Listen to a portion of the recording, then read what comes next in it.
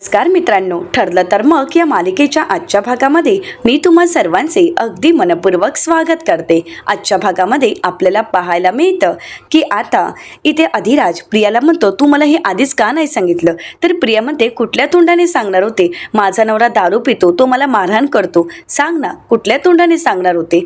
तर आता अधिराज म्हणू लागतो, मग तू त्याच्यासोबत का राहतेस? तू डिवोर्स का देत नाहीयेस? प्रिया म्हणते, डिवोर्स देऊन काय करू?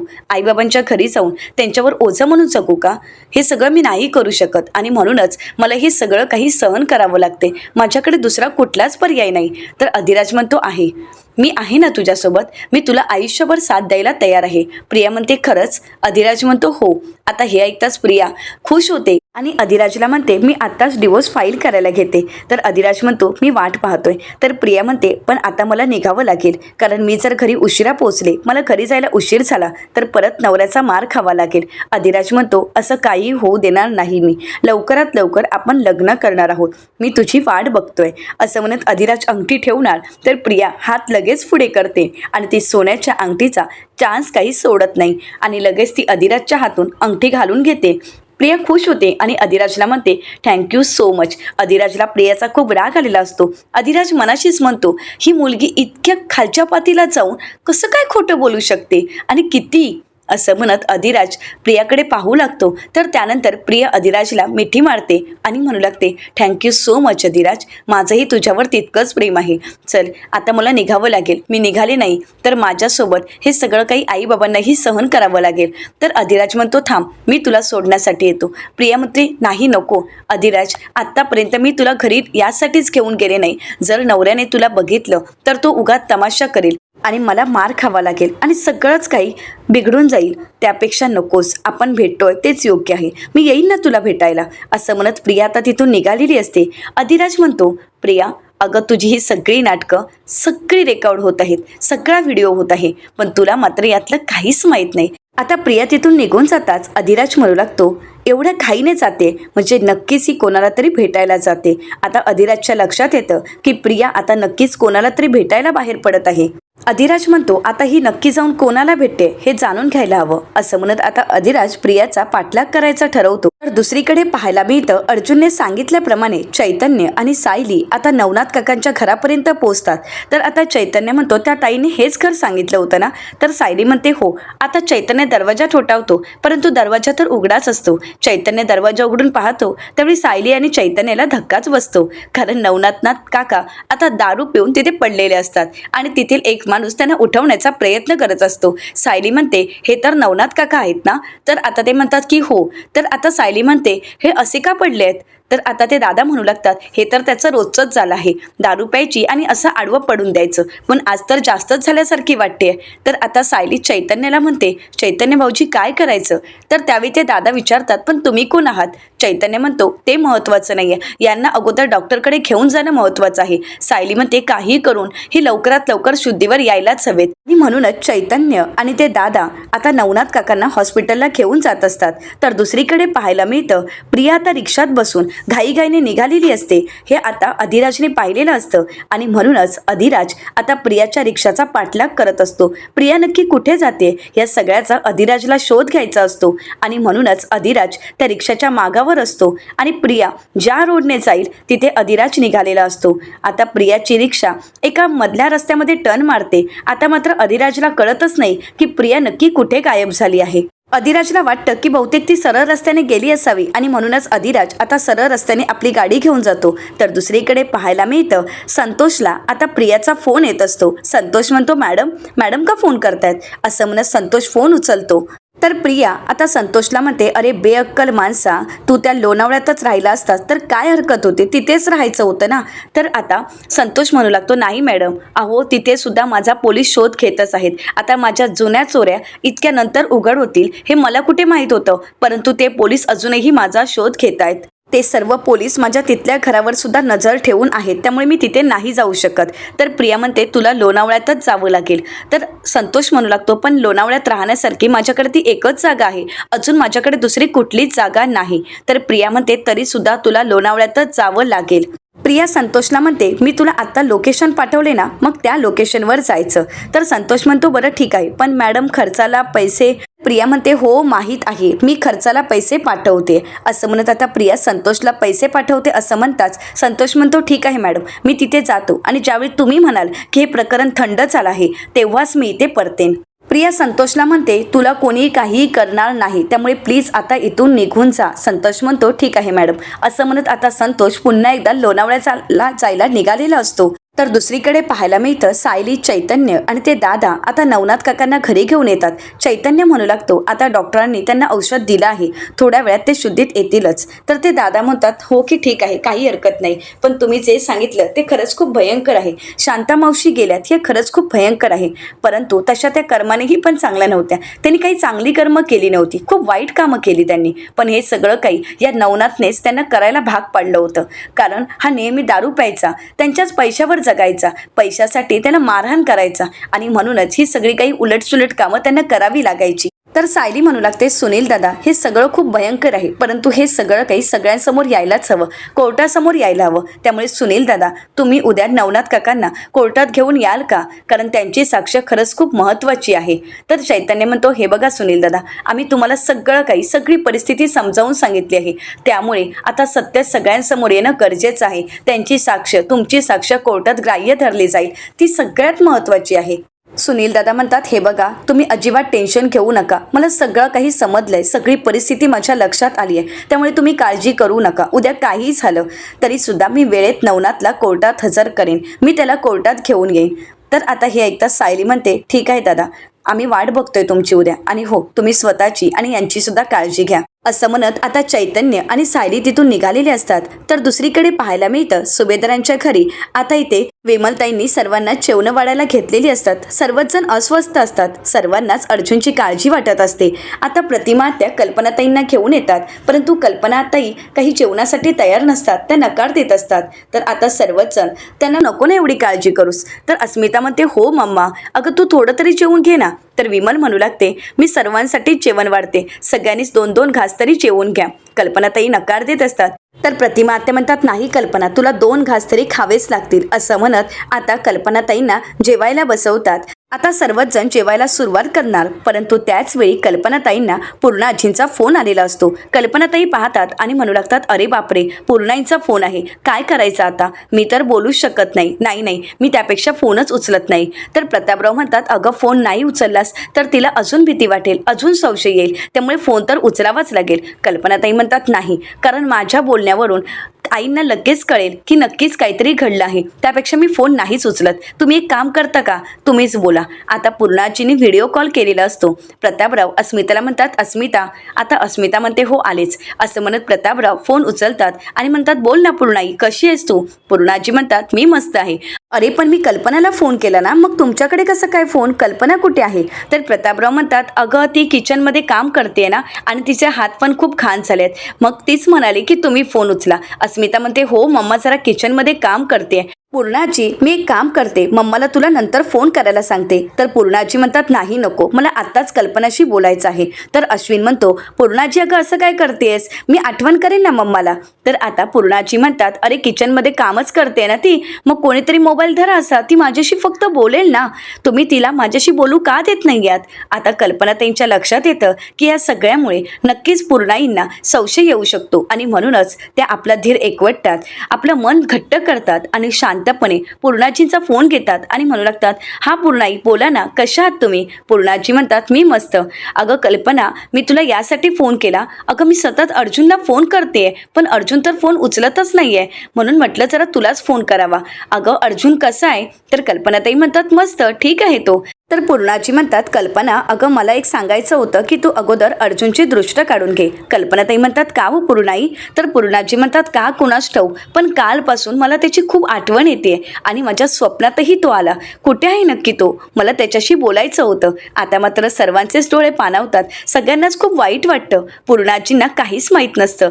तर आता कल्पनाताई म्हणू लागतात तो बाहेर गेलाय कुठेतरी, आणि सायली आणि ते दोघेही गेले आहेत. तर पूर्णाजी म्हणतात बरं ठीक आहे, मग मी आता आता सायलीलाच फोन करते. तर आता कल्पनाताई म्हणतात नाही नको, कारण ते दोघेही आपला मोबाईल चार्जिंगला लावून गेले आहेत. पूर्णाजी म्हणतात बरं ठीक आहे, मग मी त्यांना उद्या फोन करेनच असं म्हणत आता पूर्णाजी सुद्धा फोन ठेवतात. तर कल्पनाताई म्हणू लागतात बरं झालं, पूर्णाईंना संशय आला नाही, त्यांना यातलं काहीच कळालं नाही. प्रतापराव म्हणतात हो ना. तर अस्मिता म्हणते पण उद्या कळेलच ना. आजचं संकट उद्यावर गेलं एवढंच. आता मात्र सर्वांनाच खूप टेन्शन येतं. तर सुमन काकू काही कळण्या अगोदरच अर्जुन घरी यायला हवा. आता सर्वांनाच काळजी वाटत असते, एकीकडे अर्जुनची तर दुसरीकडे पूर्णाजींची.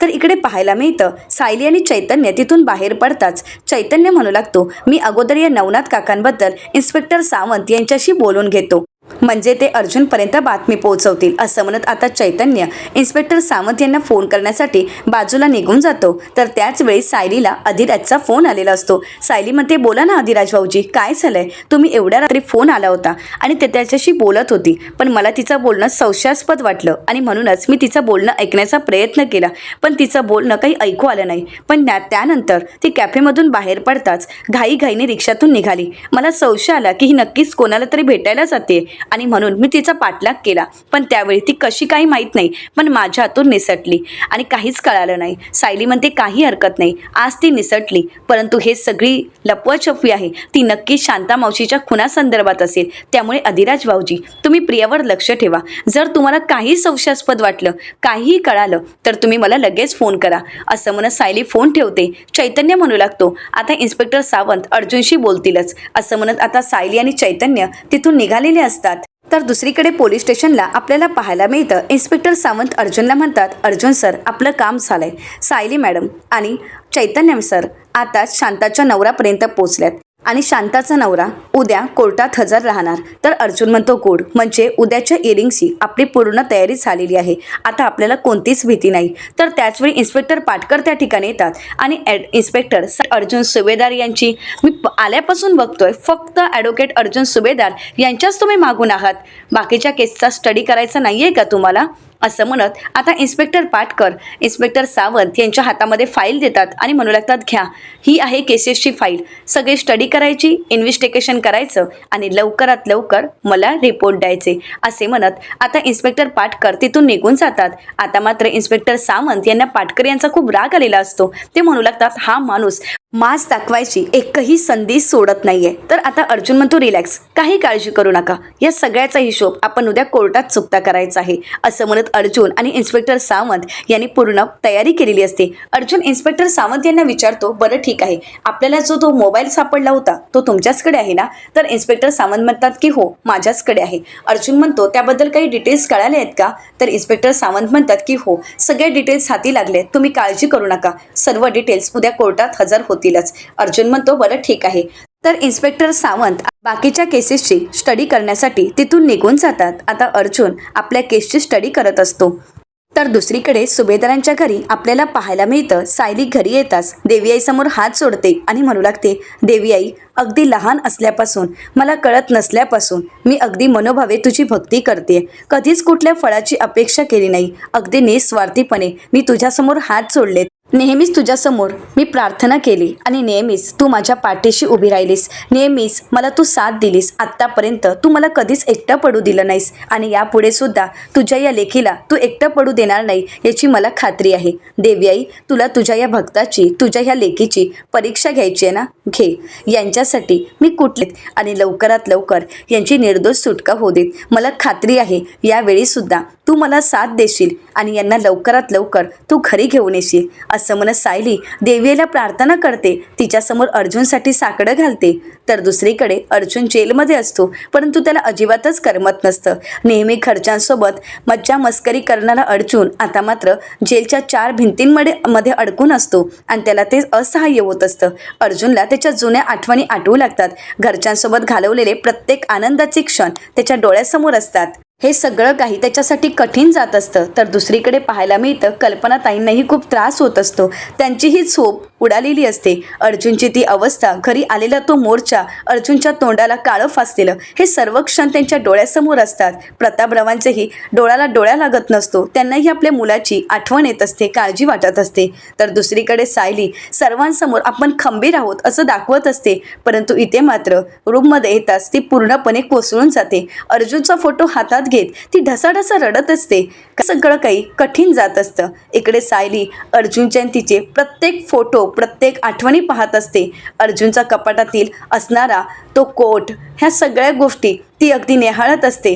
अर्जुनचा कोट ती हातात घेते, एक हात आपल्या हातात घालते आणि त्यानंतर आपल्या जवळ अर्जुन आहे असं ती स्वतःला भासवण्याचा प्रयत्न करते. इथे अर्जुनलाही सुद्धा ह्या सगळ्या गोष्टी कठीण जात असतात. त्यालाही सतत सायलीची आठवण येत असते.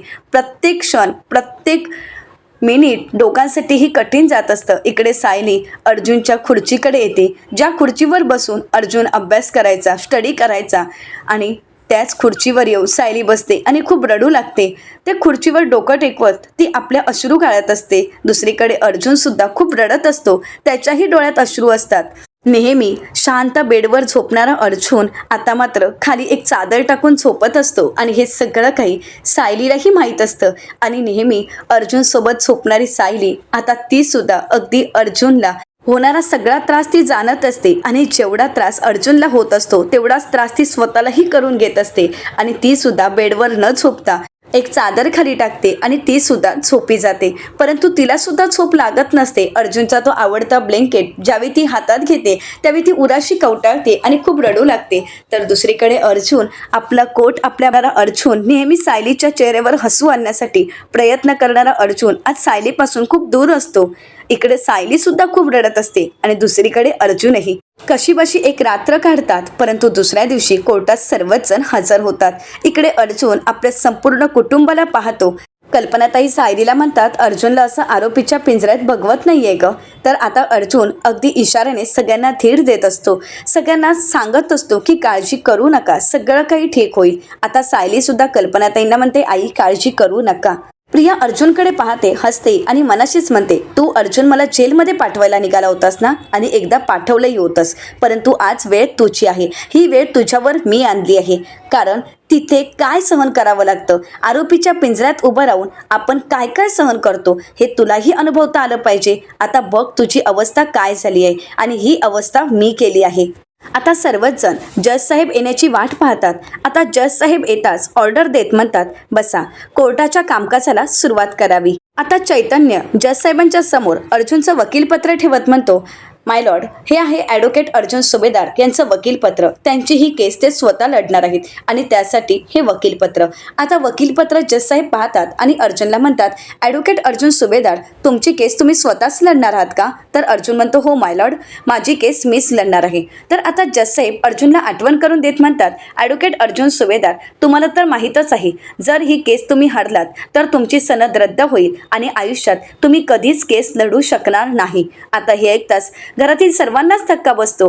कल्पनाताई सायलीकडे पाहतात तर इकडे प्रिया मात्र खुश होते. तर आता अर्जुन मनाशीच म्हणतो, बायको, तुझा विश्वास आहे ना की ही केस मी जिंकेन? तर सायली मनाशीच म्हणते की माझा ठाम विश्वास आहे, ही केस तुम्ही जिंकाल. कारण तुमच्यासारखा हुशार आणि एक प्रतिष्ठित वकील बघता बघता ही केसही जिंकेल. असं म्हणत सायली इशाऱ्यानेच अर्जुनला होकार देते. त्यावेळी अर्जुन अगदी ताठ मानेने आणि अभिमानाने म्हणतो की हो, तरीसुद्धा ही केस मीच लढणार आहे. परंतु जोपर्यंत मी या आरोपीच्या पिंजऱ्यात आहे तोपर्यंत माझ्या वतीने माझे को असोसिएट म्हणजेच ॲडव्होकेट चैतन्य गडकरी बोलतील. तर आता जज साहेब परवानगी देतात आणि त्यानंतर ॲडव्होकेट निरंजन प्रभू यांना म्हणतात, ॲडव्होकेट निरंजन प्रभू, तुम्ही तुमचं ओपनिंग स्टेटमेंट देऊ शकता.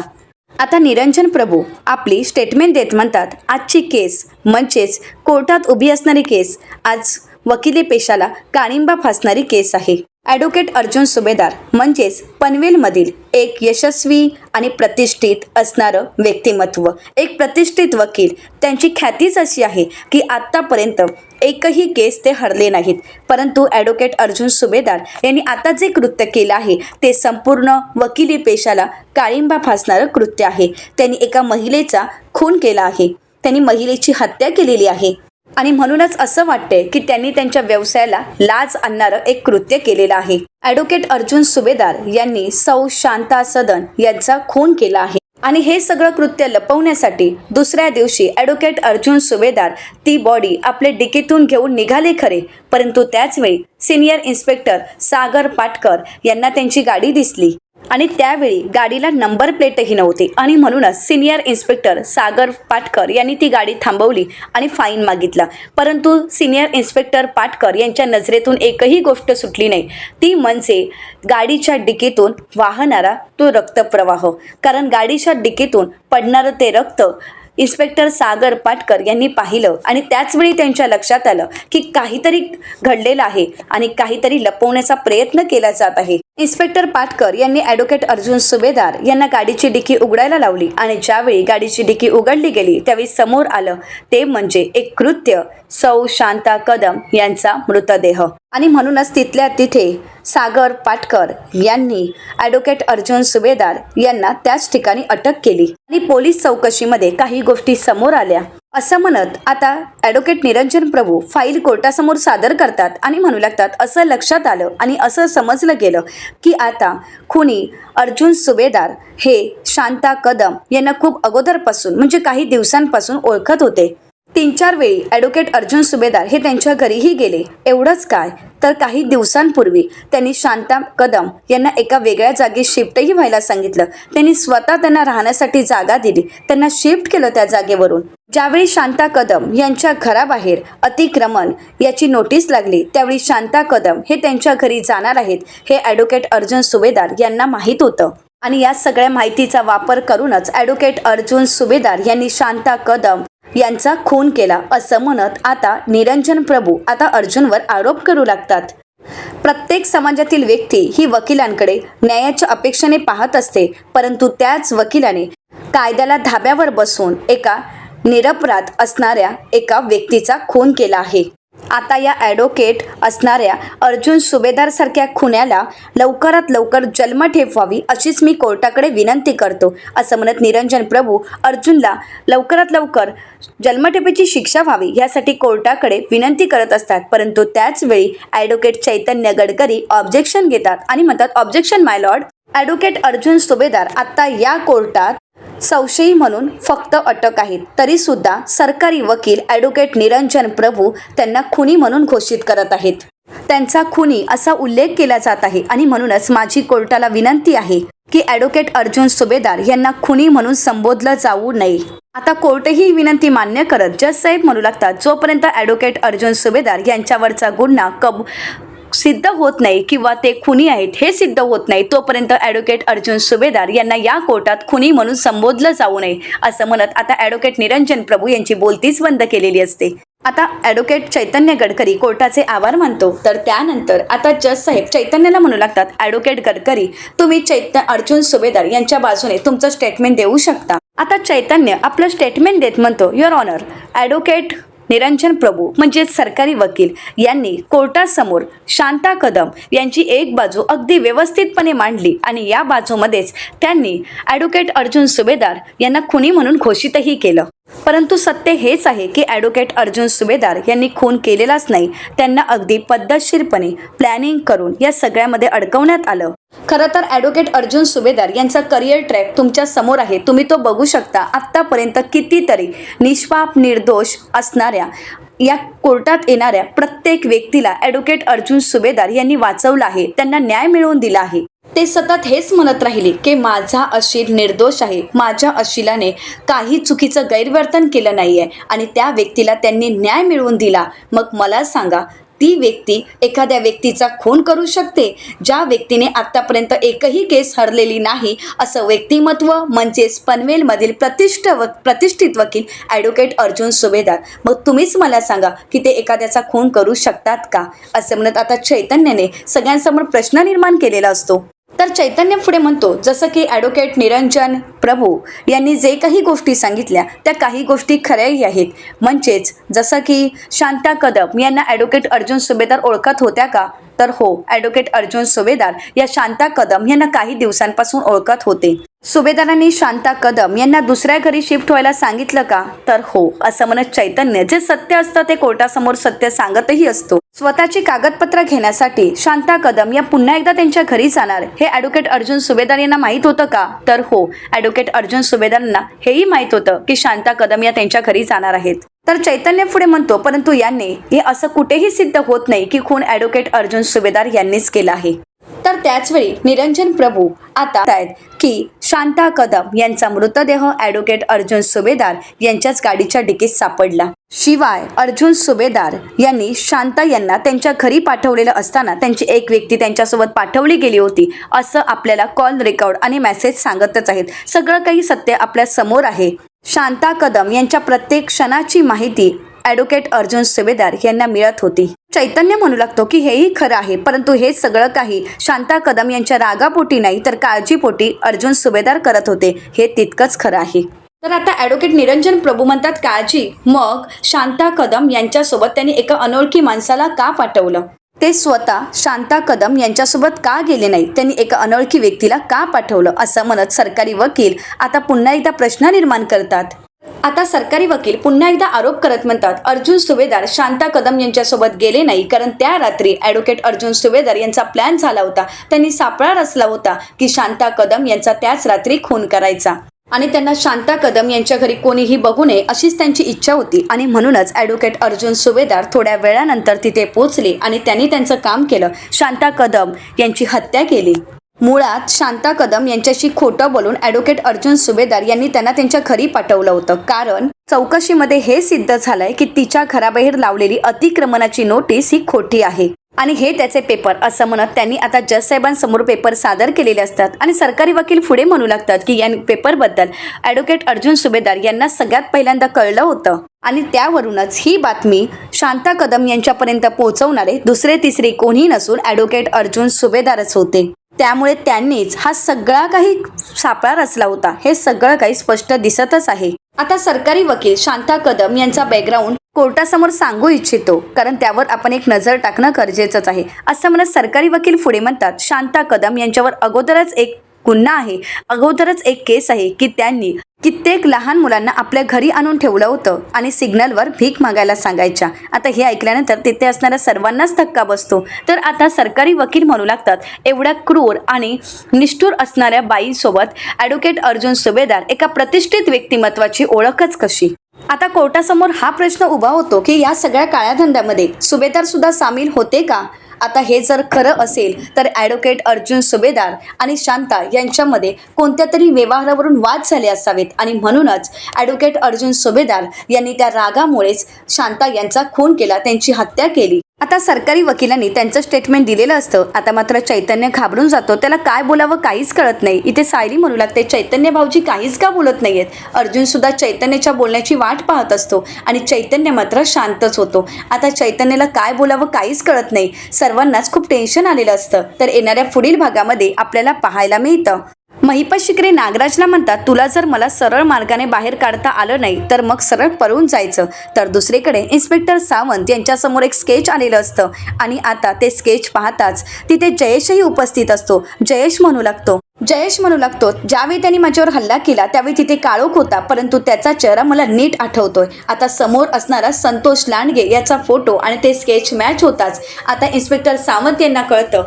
की हल्लेखोर संतोष लांडगेच होता. तर आता दुसरीकडे अर्जुन खरी आलेला असतो. आता अर्जुन विचार सगळा करत अर्जुन पुढे म्हणतो जयेश लांडगे आता लोणावळ्याच्या पोलीस कस्टडीमध्ये आहे. तर सायली म्हणू लागते आता तिथे अशी एखादी व्यक्ती जायला हवी की ज्या व्यक्तीवर प्रियाला संशय सुद्धा येणार नाही. तर चैतन्य म्हणू लागतो ती व्यक्ती धाडसी, हुशार अशी व्यक्ती असायला हवी जी त्या संतोष लांडगेला चांगला धडा शिकवू शकते.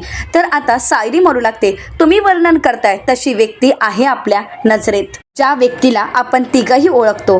कोर्टात माझ्याशी वाद घालायचा नाही आणि कोर्टाबाहेर माझा नाद करायचा नाही असं म्हणताच आता तिघही एकत्रच म्हणतात ऊर्जा. आता ॲडव्होकेट ऊर्जा शिंदे यांची धमाकेदार एंट्री पाहायला मिळते. आता याच ऊर्जाच्या मदतीने सायली अर्जुनला कशा प्रकारे बाहेर काढेल हे पाहणं अतिशय रंजक ठरणार आहे. मित्रांनो, अशाच मालिकांचे नवनवीन अपडेट पाहण्यासाठी चॅनलला नक्कीच सबस्क्राईब करा. धन्यवाद.